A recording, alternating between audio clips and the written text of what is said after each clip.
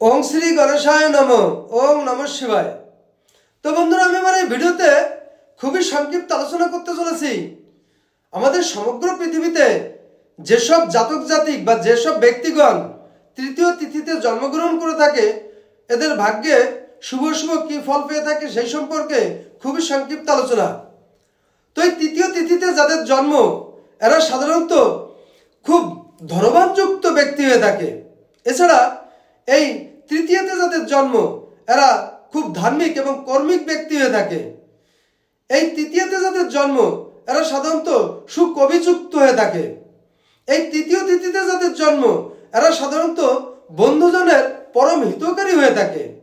এই তৃতীয় তিথিতে যাদের জন্ম এরা সাধারণত খুব কর্তব্যপরায়ণ এবং দায়িত্বশীল যুক্ত ব্যক্তি হয়ে থাকে।